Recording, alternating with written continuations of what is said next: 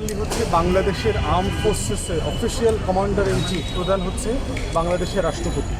তো এই জন্য আমরা শুরু থেকে বলেছি 5 তারিখের পর থেকে যে বাংলাদেশে যে নতুন পরিবর্তনটা হয়েছে এই পরিবর্তনকে দীর্ঘমেয়াদী করতে হইলে, এই পরিবর্তনকে বাস্তববাদী রূপান্তরের দিকে নিতে চাইলে শুধুমাত্র এই সরকারের গঠন প্রক্রিয়াতে হাত দিলে হবে না, শুধুমাত্র তত্ত্বাবধায়ক সরকারের উপদেষ্টা কারা হচ্ছে সেটা দেখলে চলবে না, বরং যার নামে এই পরিবর্তনগুলো পালিত হবে তাকে পরিবর্তন করতে হবে। এবং আমরা একটা রোডম্যাপও দিয়েছি যে প্রেসিডেন্টের অফিসকে কীভাবে রিমুভ করে একটা অন্তর্বর্তীকালীন প্রেসিডেন্সিয়াল সিস্টেম ডেভেলপ করা যায়।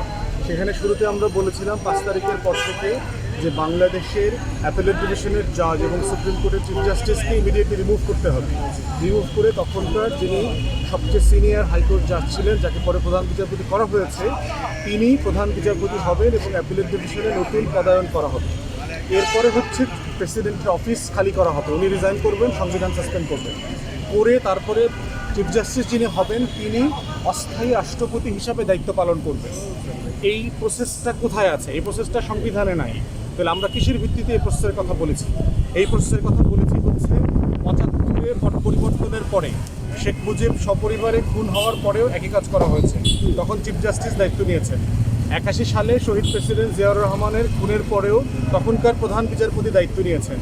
90-91-তে আমরা দেখেছি এরশাদের পতনের পরে তখনকার চিফ জাস্টিস যে ছিলেন শাহাবুদ্দিন আহমদ একই প্রসেসে চিফ জাস্টিস থেকে অস্থায়ী রাষ্ট্রপতির দায়িত্ব পালন করেছেন এবং সকল দায়িত্ব পালন করার মধ্য দিয়ে নির্বাচন করে উনি কাজ হ্যান্ডওভার করেছেন।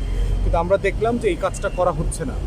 না করার কারণে যে ভয়ঙ্কর জিনিস কিছু ঘটে গেছে সেটা আপনারা দেখেছেন, যে মিলিটারিতে কাউন্টার কু চলছে, বিভিন্ন ডিভিশনের ভিতরে অস্থিরতা আমরা দেখতে পাচ্ছি।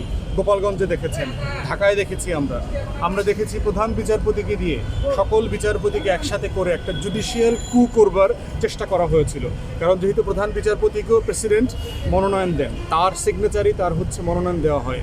তো এই একটার পর একটা কাউন্টার যে অস্থিরতাটা চলছে, এটা যদি বন্ধ করতে হয়, এখনও যত প্রশাসনিক পরিবর্তন হচ্ছে বিশেষ করে সেনাবাহিনীতে, এবং যেগুলো করা দরকার, আমরা দেখেছি অধিকাংশ গুরুত্বপূর্ণ জায়গায় এখনও আগের আমলের মানবাধিকার লঙ্ঘন করেছে, গুম খুনের সাথে জড়িত ছিল এমন সেনা সদস্যরা এবং যে সকল ডিসিএসপিরা, এই সকল ওসি এবং টিএনওরা যারা গুম খুনের সাথে জড়িত ছিল, যারা এই গণ অভ্যুত্থানে হাজার হাজার ছাত্র হত্যার সাথে জড়িত ছিল, তাদেরকে এখনও সরানো হয় নাই।